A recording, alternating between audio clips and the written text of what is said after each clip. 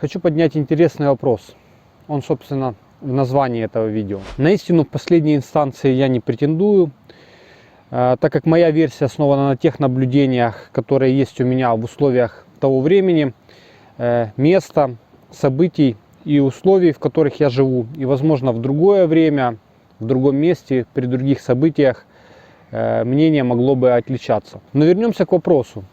Итак, принадлежность к народу с древней и славной историей увеличивает силу этого народа сегодня или играет ему в минус?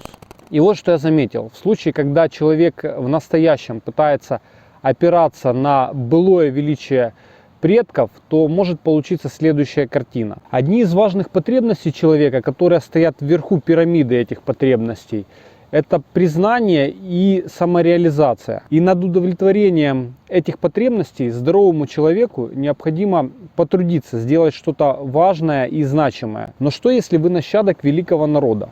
Может ли признание достаться вам по наследству? Часто в настоящем времени те, кто считает себя наследниками великих народов, могут идентифицировать себя с предками и переносить их величие на себя. И тогда может исчезнуть потребность уже сегодня работать над развитием и повышением своей значимости. Ведь вы и так уже, как и предок, сегодня принадлежите к великому народу. Но по факту эта значимость опирается на пустое, так как не имеет твердого основания ввиду личных достижений и успехов. Человек подсознательно это чувствует, и у него возникает желание получить подтверждение этой значимости. А вот это уже рискует вылиться в не очень хорошие вещи.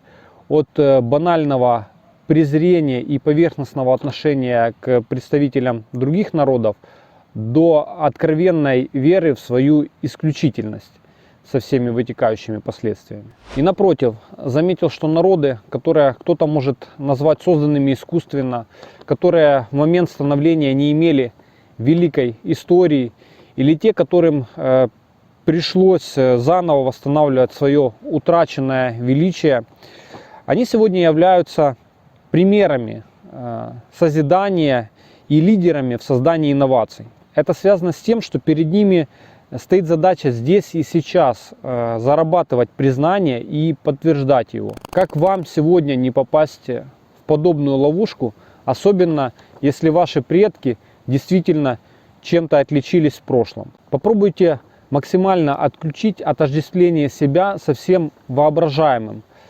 Насколько это возможно, отключить самоидентификацию. Ну, так сказать, обнулиться попробуйте. Для начала оставьте только то, что вы человек, без остальных привязок. И тогда, скорее всего, вам откроются двери, через которые увидите, какой вы человек, решите, каким человеком вы хотите быть, сможете выбирать, каким образом повышать свою значимость. Успехов!